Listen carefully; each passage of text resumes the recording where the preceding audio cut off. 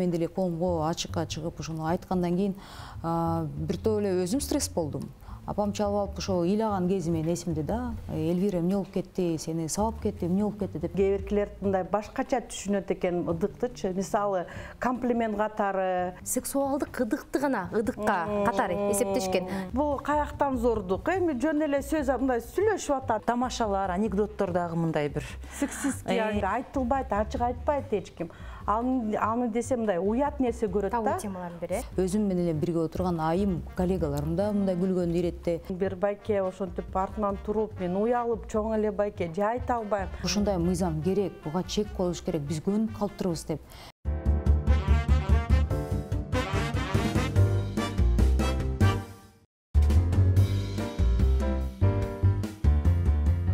Кыргызстанда ыдык көрсөтүүгө каршы кампания өтүп жатат. Демилгени шоу-бизнес өкүлдөрү, активисттер, журналисттер да колдоого алышты. Эжесиңдер берүүсүндө бүгүн ыдык көрсөтүү же болбосо харассмент деген эмне, анын кесепеттери менен кантип күрөшүү керек деген темада сөз кылабыз. Берүүнү мен Алия Суранова жана Айгер Макылбекова болуп алып барабыз. Студиянын конокторунан да тааныштыра кетсем, Бишкек шаардык ички иштер башкы башкармалыгынын тергөө кызматынын жетекчиси Октябрь Макамбаев, жогорку кеңештин депутаты Элвира Сурабалдиева жана Бириккен Улуттар Оюмунун теңдик нуру демилгесинин гендердик эксперти Римма Султанова. Студия кош келипсиздер, саламатсыздарбы? Жогоруда сөз болгондой эле ушул компаниянын алкагында Евробиримдик жана Бириккен Улуттар Оюмунун колдоосу менен теңдик нуру деп айтып өттүк. Демилгесинин алкагында ушул атайын ролик даярдалган эле. Ал роликте ушул ыдык көрсөтүү деген эмне, аны коомчулукка түшүндүрүп берүү жана себептерин дагы айтып берүү максатын көздөгөн экен. Эмесе ал туурасында кыскача көрүп алалы, анан талкуубузду баштайбыз. Саламатсызбы? Сиз ыдык көрсөтүү түшүнүгү менен таанышсызбы? Ыдык көрсөтүү адамды кемсинткен, анын жеке чектерин бузган ар кандай кабыл алынгыс аракеттер. Бул көбүнчө аялдар жана кыздарга карата жасалган зомбулуктун түрү. Мисалы, денеге тийишүү, кармалоо, адепсиз сөздөр, же тамашалар, шылдыңдоо, артынан түшүү, аңдуу, шантаж, сексуалдык ыдык жана башка ушул өңдүү учурлар. Ыдык көрсөтүү дээрлик бардык жерде, жумушта, көчөдө же социалдык тармактарда болушу мүмкүн. Изилдөөлөргө караганда Кыргызстанда ар бир 4-чү аял жумуш ордунда жыныстык асууларга тош болот. Эгер сиз ыдыкка кабылсаңыз, сизде эч кандай күнөө жок экенин түшүнүңүз. Эгерде сиз адамдын жүрүм-турумунан ыңгайсыз болсоңуз, аны дароо айтыңыз. Сизге жазган SMS билдирүүлөрүн скриншот кылып сактаңыз. Диктофонго жаздырып, видеого тартып алганга аракет кылыңыз. Жакындарыңызга айтып, жардам сурагандан коркпоңуз. Сиз мындай учурга кабылгансызбы? Пикир калтырыңыз.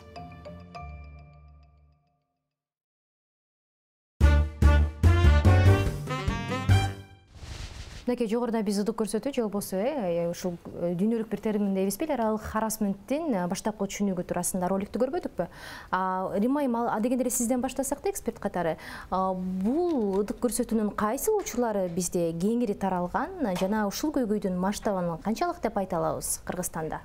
Бул негизи бүгүнкү күнү маселе эмес. Бул деген канча жылдан болгон менен, бирок мындай публичныйга чыгарганга эч ким эметчү эле эмес да, ачык айтчу эле эмес. Анан биздин депутатыбыз мына биздин бүгүнкү күндө эле чогуу биз менен талкуулана Элвира айымыбыз баштаган менен жогорку кеңештен ошо сунуш берип, негизи мыйзам сөзсүз керек. Эмне себеп биз бүгүнкү күнү кээ биркилер мындай башкача түшүнөт экен ыдыктычы. Мисалы, комплимент катары, баягы стереотипти мындай ченем бир өзгөчө ченемдер болгон менен, буну болсо мындай зомбулуктай көрчү эмес эле да. Кивроу деген бир өзүнчө тармагы бар. Ошол Кивроунун аркылуу биздин активисттерден ошол элдердин сунуштарды угуп атсак, ошол жакта көрүп атабыз. Студент катары жакта, мисалы, студенттер айтып атышат, биз мындай өзүбүздү мындай безопасный сезбей калабыз да. Мисалы, общественный маршруткалар ичинен, университеттин эле ичинен ар кандай ошонун окуялар турат да. Эң коркунуч бул үй бүлөнүн ичинен. Ошол жакта кээрлер айтылбайт, ачык айтпайт эч ким. аны десе мындай уят нерсе көрөт да. Табуу темалардын бири. Сөзсүз ооба. Римайым кайра эле ушул ыдык көрсөтүүнүн баштапкы түшүнүүнү кайтып келе турган болсок да, биз ушул мына компанияны алкаганда дагы 30дан ашык блогерлер соц тармактарда маалымат менен бөлүшүп, анан колдонуучулардын пикир калтырууну өтүнгөн да. Мен аларды анализдеп карап чыкканда деле өтө бир пикир өзүнүн окуясын айткандар сейрек кездешкен. Ошол эле кезде көбүн эсе сексуалдык ыдыкты гана ыдыкка катары эсептешкен. Демек коомчулуктагы бул харассмент, бул бир гана сексуалдык ыдык деген бир балким стереотиптик бир ойдо дагы экен деген ойго келебиз да, түшүнүккө келебиз. Мындан улам азыр биз жогоруда роликте көрүп атабыз. Сиз өзүңүз да айтып өттүңүз, аңдуу, шантаж, Азиза Канатбекованын окуясындагыдай маселен, же комментарийлер, комплименттер сага жакпаган. Ушулардын баары тең ыдыкка кирерин эл түшүнөбү жана ушундай сыяктуу майда барат, бирок билинбеген учурлардын кесепети кандай болушу мүмкүн да? Ооба, көбүнчө биздин эл арасынан мындай бир ой калды. Ыдык дегенде биз сразу сексуалдык жактан эле карап чыгышат көбүнчөчү. Анан зордуктоонун алдындагы мындай бир эме катары, кармалоо, жок физикалык деп койсом да. Бул жакта биз айтып аткан бүгүнкү күнү именно мындай карап чыксак, интернеттен ар кандай комментарийлер жазылган менен, кадимкидей бир WhatsApp аркылуу, SMS аркылуу, ар кандай сөз аркылуу ошондой мындай ыдыкты көрсөтүп атышат дегеним да. Ошол жакта биз мындай карап чыксак, көбүнчө көп мамиле мындай маселесин көтөрбөйт да, ал жөндөчү. Эми бул каяктан зордук, эми жөн эле сөз мындай сүйлөшүп атат, тийишип атат дегени.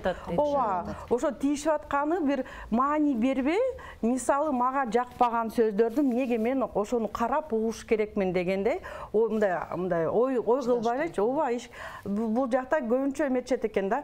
Эми сени эч ким тийген жок да, сени эч ким кармаган жок да дегеничи. Сени эч ким зордуктаган жок. Ооба, сени эч ким зордуктаган жок. Ошол жакта мындай көп маани беришпейт экен, мындай ыдыктын түрлөрүн деп койсом да. Сени каршы чыксаң, сени жаман көрөт экен, сени кайра уят кылат экен. Ой, каяктан ошого кайра сүйүнбөйсүңбү, сени бирөө мындай эркектин артынан сага жакшы жылуу мындай мамиле буруп атат дегени да.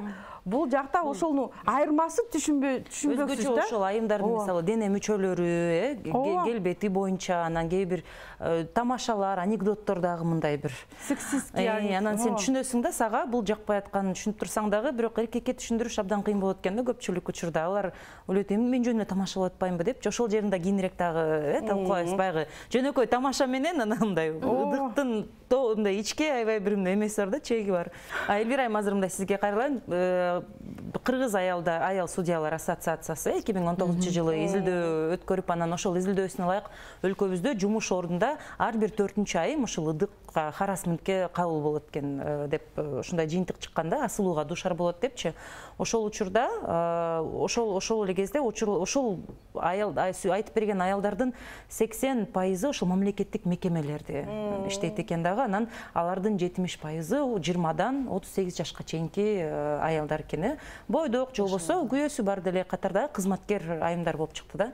Анан сиз ушундан улам жумуш ордунда ыдык көрсөтүүгө каршы күрөшүү боюнча мыйзам долбоорун сунуштагансыз. Анан азыркы ошол мыйзам долбоорунун статусу кандай? Азыр кайра депутат болуп жаңы созывда, жаңы чакырышта отурасыз. Ушул демилгени кайра көтөрүп чыгуу идеясы барбы?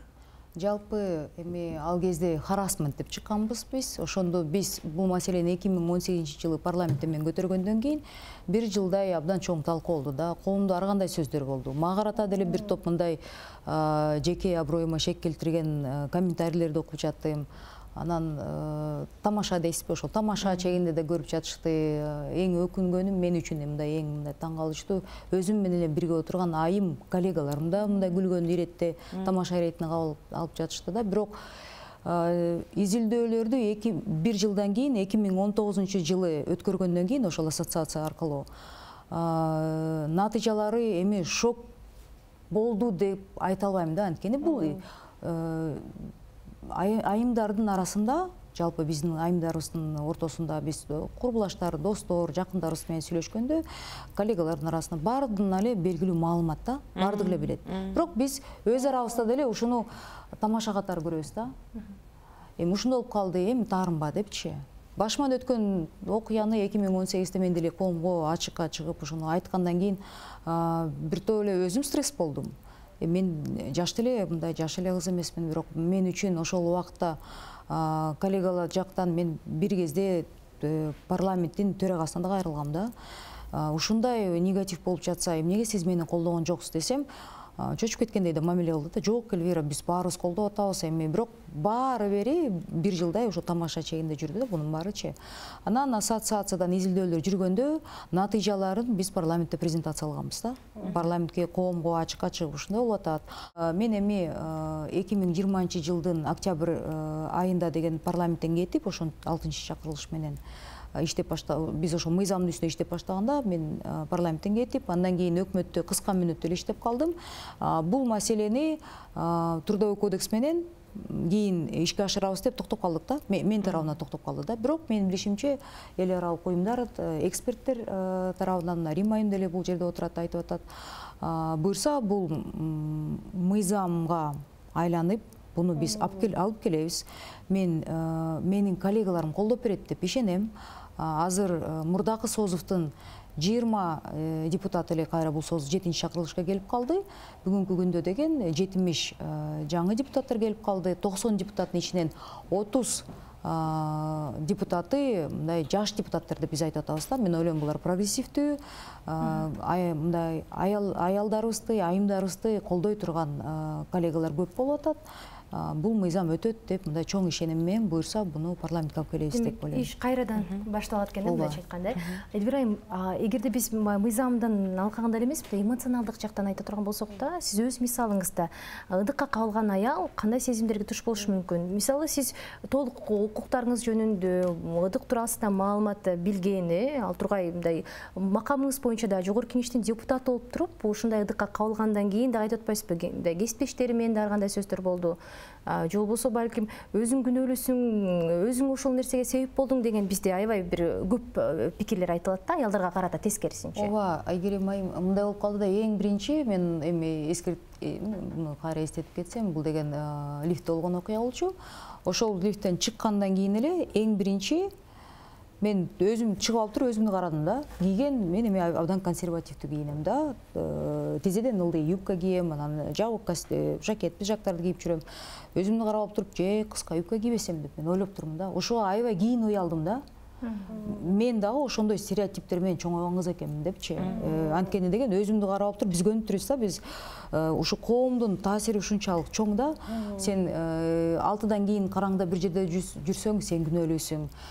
Кыскараак юбка кийип алсаң, сен күнөөлүүсүң.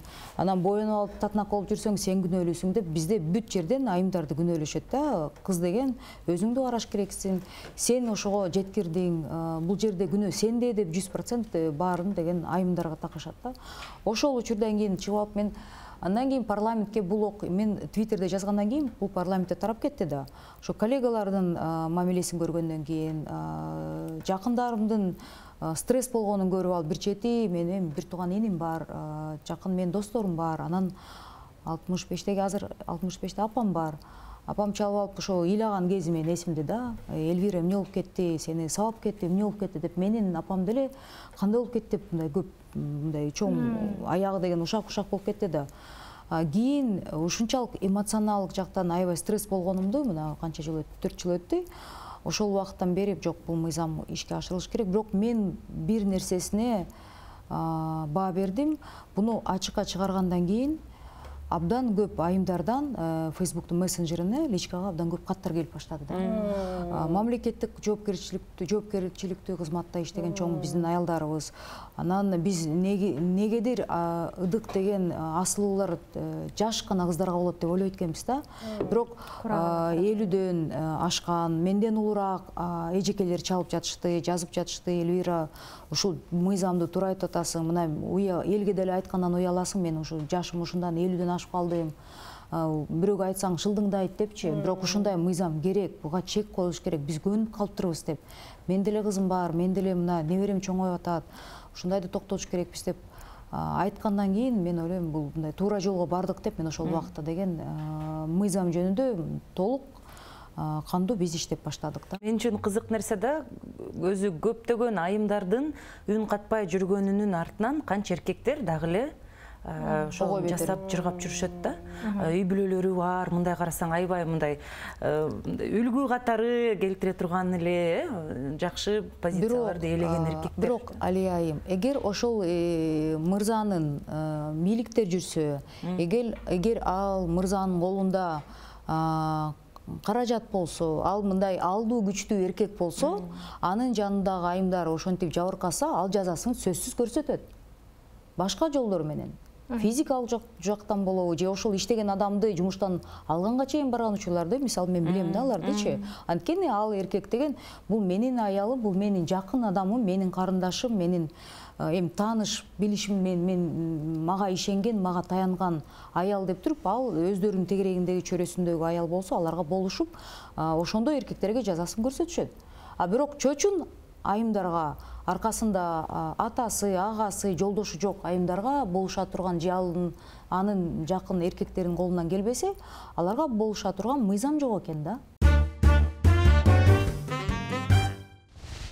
Сиздер көрүп жаткан Азаттыктын эже сиңдилер берүүсү. Бүгүн биз ыдык көрсөтүү же болбосо харассмент деген эмне жана анын ар бир адамдын жашоосундагы кандай кесепеттери бар деген теманы талкууга алып отурабыз. Мен укук коргоо органдарынан келген мырза, сизге кайрылгым келип турат. Ушул Борбор Азияда бир да өлкөдө негизи харассмент түшүнүгү мыйзам алкагында кирбептир да. Бизде деле анан ошо коңшу өлкөлөрдө деле харассменттин айрым учурлары, ыдык көрсөтүүнүн айрым учурлары ушу майда бейбаштык катары саналып, ага чара каралган экен.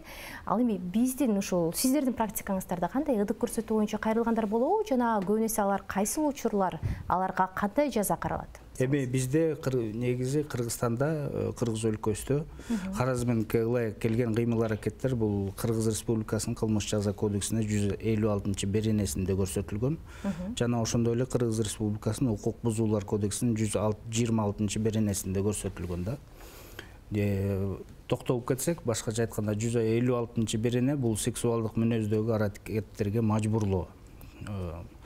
Бул жерде шантаж кылуу жолу менен же болбосо жабырлануучунун материалдык же башкадан көз каранды болгонун пайдалануу менен жыныстык катнашка, бача-баздыкка, лесбияндыкка же сексуалдык мүнөздөгү башка аракеттерди кылууга адамды мажбурлоо да.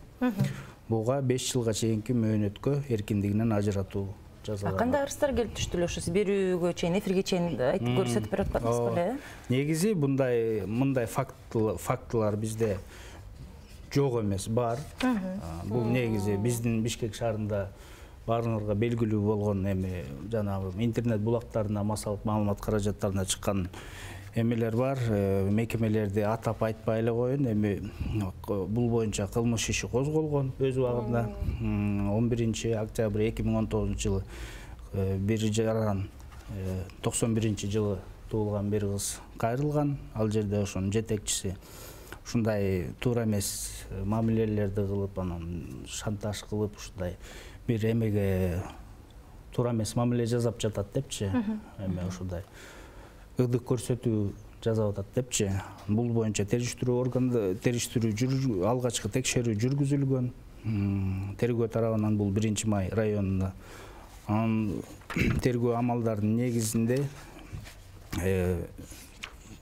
бул иш жабылган да. Кыскартылган дегенде кандай? Кыскартылган. Жок, бир эле кейс эмес, эми бул жерде арыз жазуудан кийин баш тарткан да жабырлануучу. Ушундай эле 14-август 21-жылы өзүңөргө белгилүү болгон Боореке биздин Бишкек шаарындагы Фатьянов менен Горький көчөлөрүнүн кесилишинде ал жерде бир Орус улутунда жаран кайрылган кыз бизге ушундай саат 12:30-да Фатьянова Горький көчөлөрүнүн кесилишинен эме бир жигит Азият улутунда эме кылып, мындай колдору менен ар кандай эмелерди жасаган депчи. Алага чаап кеткен окшойт. Алага чаап. Бизде ошондой баштан өткөн нерселер. Ошол сыяктуу да, бул боюнча дагы текшерүү жүргүзүлгөн. Бул фактысы дагы 1-Май районуна катталып, ошол жерден административный кодекстен мелкий хулиганство деп коет. Майда бейбаштык менен катталып, анан алгачкы текшерүү учурунда бул 87-жылкы туулган жигит психикалык жактан кичине эмелери бар экен. Расмий тилде айтканда медицинский диагнозу буну параноидальная шизофрения, непрерывное течение деген бар экен. То есть он не может отдавать отчет своим действиям и руководить ими. Орукчалык да, невменяемый. Түшүндүк, рахмат. Мындай суроодо Бишкек шаардык ички иштер бөлүмү дагы атайын харассмент боюнча ролик тартып былтыр бир жыл мурда коомчулукка маалымат түшүндүрүүгө аракет кылган экен.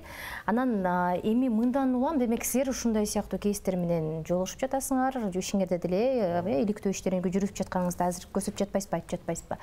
Кантип аныктаса болот? Мисалы, бир арызды айтып өттүңүз, жабырлануучу кайра арызын жазуудан баш тартты деп. Ыдык көрсөтүүнүн ушул аныктоо механизмдери кандай берилген? Ал балким сыртта эгерде бирөө кол тийгизип кетсе, же болбосо шантаж кылган кезде, же болбосо балким манипуляция, билбейм, ошол нерсеге алып келген билбейм, жыныстык катнаш деп айтып өттүңүз. Аны кантип аныктайсыңар? Кандай механизмдер ишке ашат? Эми негизи бул жерде харазменттен жабыркаган же кабылган адамдар болсо, бул жерде коркпостон жана уялбастан жергиликтүү укук коргоо органдарына кайрылуу зарыл. Ар бир харазмент учурун видеого же аудиого жазып алып, күнүн, убактысын, ордун жазып, күбөлөрдү эстеп калууга аракет кылып, бул милицияга же сотко кайрылганда абдан жардам берет да, аябай өзүнүн таасирин берет да, далил катарычы. Анан кырдаалды коомчулукка жарыялоо да маанилүү. Бул кыйын болушу мүмкүн, бирок мындай аракеттерди токтотуунун жакшы механизми деп эсептейм да.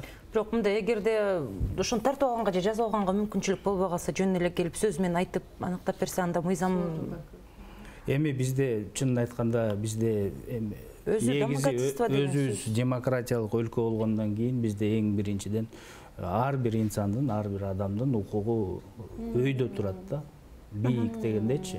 Анан бул жерде ар тараптуу, биз объективдүү, анан толук кандуу териштирүү кылышыбыз керек да. Анан ар кандай ситуация болушу мүмкүн да, ар кандай жагдайлар болушу мүмкүн. Ошонун баарын ар бир келген инсандын, кайрылган инсандын, жарандын айткан сөзүнөн, кыймыл аракетинен баарын ошону изилдеп туруп, анан чечим кабыл алса болот го дейм да. Түшүнүктүү.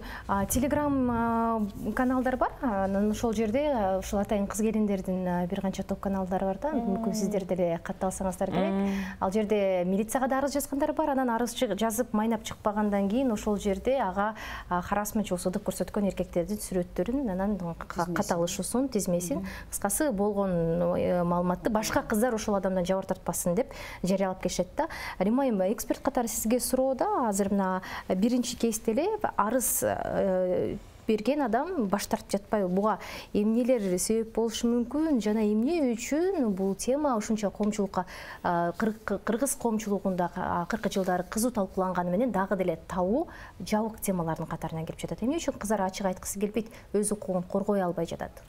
Биз мындай биринчи мындай социалдык ченемдерди карап чыгыш керекпиз. Патриархалдык эмне себеп? Көбүнчө стереотип, гендердик стереотиптин карап чыксак, дагы эле жаңы мындай бир коркунуч бар да кыздардачы, мисалы жайымдардан. Кайра эле азыр Элвира айым айткандай, сен өзүң күнөөлүүсүң.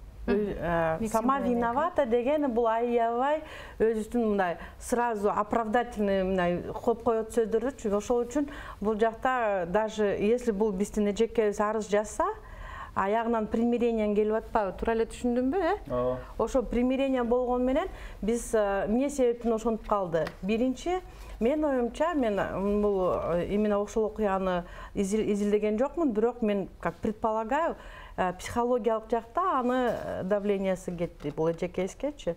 Эмне себеп? аны эмне кыласың, уят сөздөрүн угуп, кайра ошол ар кандай уят нерсени айтып, эми мүмкүн ал болсо мындай жаман ою жок эле, анан мындай жакшы мындай мамиле уруйн деп сага сөз табылбай ошол аркылуу менен келет. То есть оправдание таба алабыз да, именно сиз айткандай агрессордорго. Бирок ошол андан тышкары жала жаптың деп дагы бир статья бар да. Ошого чейин жеткирбеш үчүн примирение сторон менен ушул иш токтоп калат. Далилдей албасаң, далилдей албаган адамды тескерисинче сен жала жаап жатасың деп ошол эле укук коргоо органдарынан ал деле ал статья бар дейм, баарыбызга белгилүү да. Бирөө жаранга шек келтирип атасың. Демек милиция кызматкери өзү деле ошентип айтышы мүмкүн да. Сиздер көрүп жаткан Азаттыктын эже сиңдилер берүүсү бүгүн биз ыдык көрсөтүү же болбосо харассмент деген эмне жана анын ар бир адамдын жашоосундагы кандай кесепеттери бар деген теманы талкууга алып отурабыз. Изилдөөлөргө таянсак, көпчүлүгү өзүн коргой албайт, анткени ал чын эле өзү деле ыдык турасына түшүнбөйт да. Кайсыл жерден өзүн коргош керек, кайсыл жерден балким өзүнүн мекендигинде кайсы бир адамдын уруксаты жок кийлигишип атканын бир чекти мындай кесиш керек деген учурда. Биз ушундан улам ошо кесиптешим атайын шаар тургундарына дагы харассментчи ыдык көрсөтүү деген эмне, ана маалыматыңыз барбы деген суроолорду микрофон менен сунду эле. Дегенде элдин дагы пикирин угуп алалы, анан маегибизди улантабыз. Прикосновение к женщине или кому-либо без его разрешения. Обычно в общественном транспорте, говорят, бывает такое. А как это происходит обычно? Ну как, там толпа стоят, прикасаются и все. Харассмент — это когда домогательство, типа, да? А вы с этим сталкивались в общественном транспорте или на учебе, или вообще где-то на улице, например?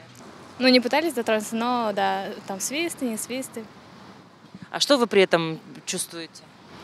Ну, чувствую жалость к ним. Типа, у них же тоже есть сестры, и если бы к ним также относились, то, наверное, им было неприятно.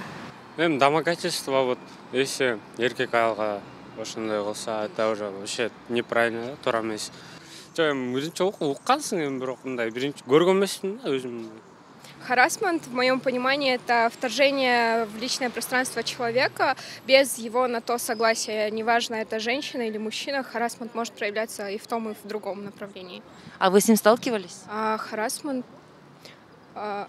думаю, да, было, но это не было каким-то серьезным.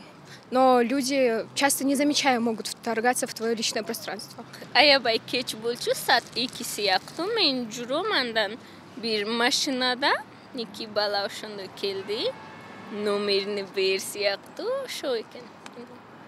Кандай сезимдер пайда болот ошондой караңгыда жүргөндө бирөө ушинтип сураса? Жаман, анан 2-3 күн сыяктуу ошондой жаман эме кыласың. Ооба. Коркуп атасың чыкканда. По отношению к девушкам, скорее всего, в основном у нас вот так во многом везде вроде домогаются людей. Жагымсыз болгон эми жолдон өтүп баратканда бардык элимде керки балдар тийишет го, ошондой болот. Ошондо кандай сезимдер пайда болот?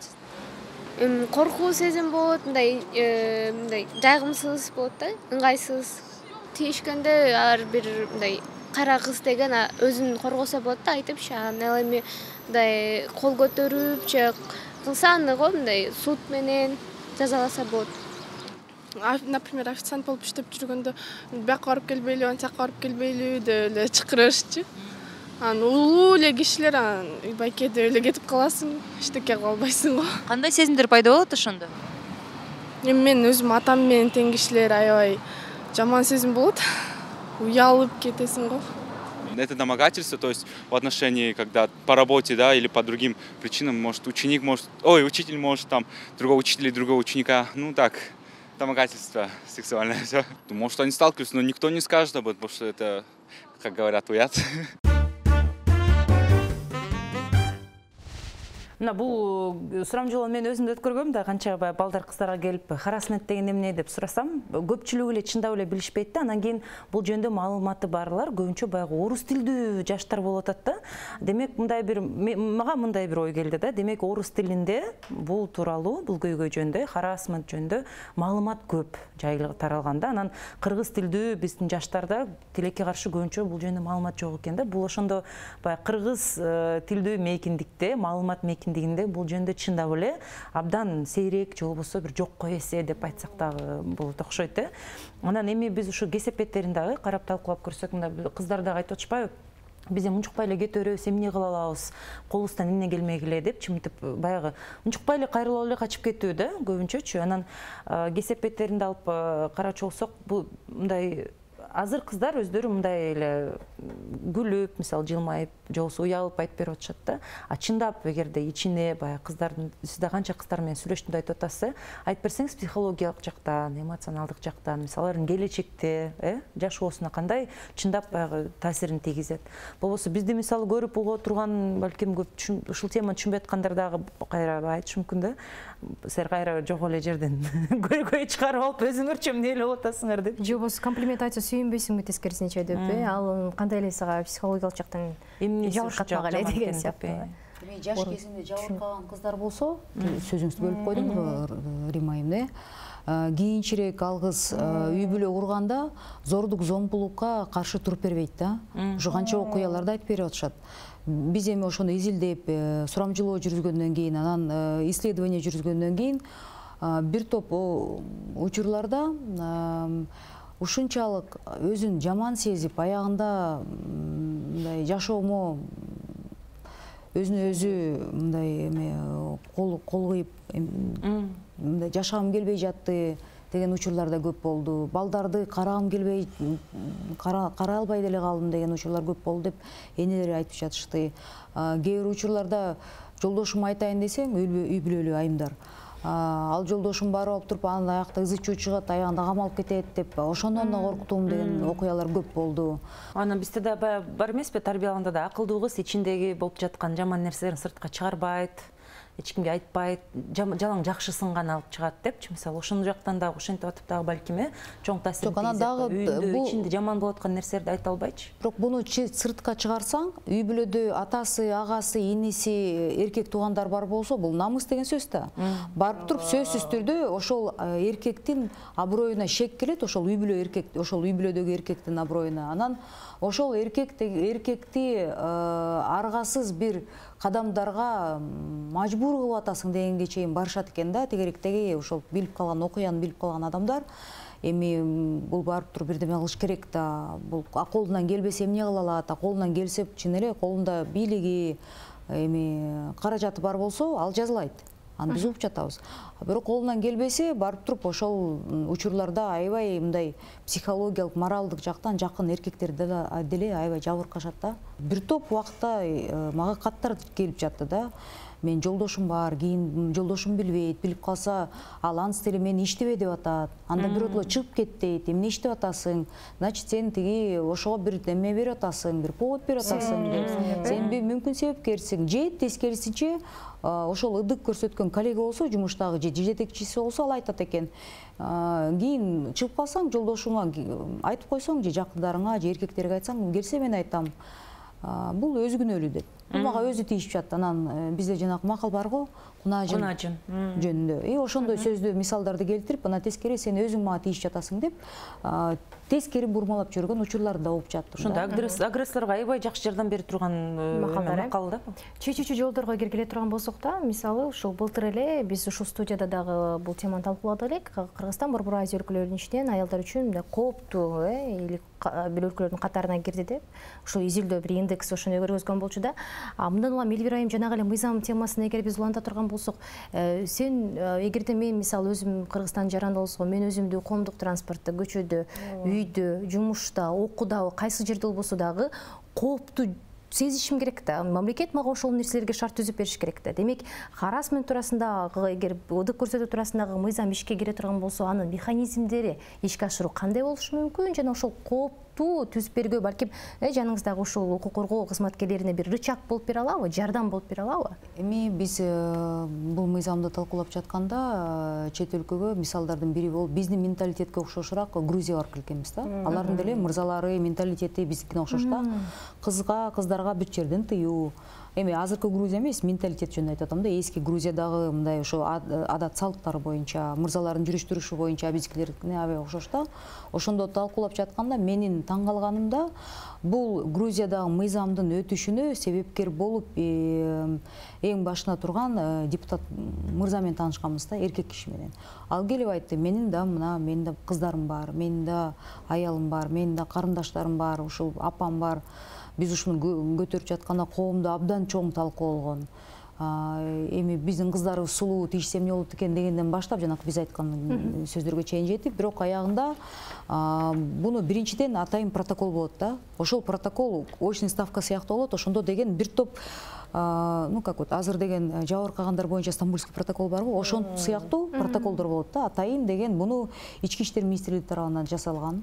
Мунун баарын очный ставкада отуруп, эми бул оор жумуш, бирок далилдесе болот. Расмий түрдө далилиң жок болсо деле, диктофонго жазып алган же видео, телефонго жазылбаса деле, буну деген тирештирип ишке ашырса болот деген мыйзамды биз көрүп келгенбиз. Ошол мыйзамды мен ойлойм, канчалык коом мындай келечек кыздарыбызга, бирок ыдык жалаң гана кыздарга эмес, балдарга деле, эркектерге деле болуп атпайбы? Ошол келечек муундарын ойлосо, ошончолук бул мыйзамга каршы болбойт деген ой пикирдемин да. Бунун атайын протоколдору бар. Бир сунуш айтат элемин, эл эмне дейт дегенге биз кетиш керекпиз да. Биз ошону эл эмне дейт деп жүрсөк, канча деген кылмыш жалынып, кадимкиде мындай арызданбай, өзүбүздүн укугубузду кадимкиде коргой албай жүрөбүз да. Элдердин сөзүнөн уялып. Эмне себеп ошентип жүрсөк, эмне анда көрүп, эмне керек анда бизге мыйзамдар дегеним да. Мыйзамдарды эмне себептен жазылып атат? Ошол биздин ченемдер мыйзам аркылуу келип атпайбы? Анда мыйзамдар жазылган менен өзүбүзгө мойнубузга эл деле алып атат. Ошо ченем менен жашайлы, ошо ченемди сактайлы, ошо менен кадимкидей мындай өнүктүргөнгө жолу сөзүбүз ачылып атат. А биз болсо кайра эле өзүбүзгө бир шылтоо таба алабыз да, эл эмне дейт, кой унчукпайын, тиңпейин дегени. Биз бүгүнкү күнү негизи ошол, мисалы мен ойлойм, ошол ченемди кетиш керекпиз да, эл эмне дейт дегени. Кыздарыбыз коркпой ошол жакта айтыш керек экен да. Байке, эмне кылып турасыз? Уялбайсызбы деп ачык катуу сүйлөсө, коркпой ошол жакта кадимкидей реакция башкача болот эле да.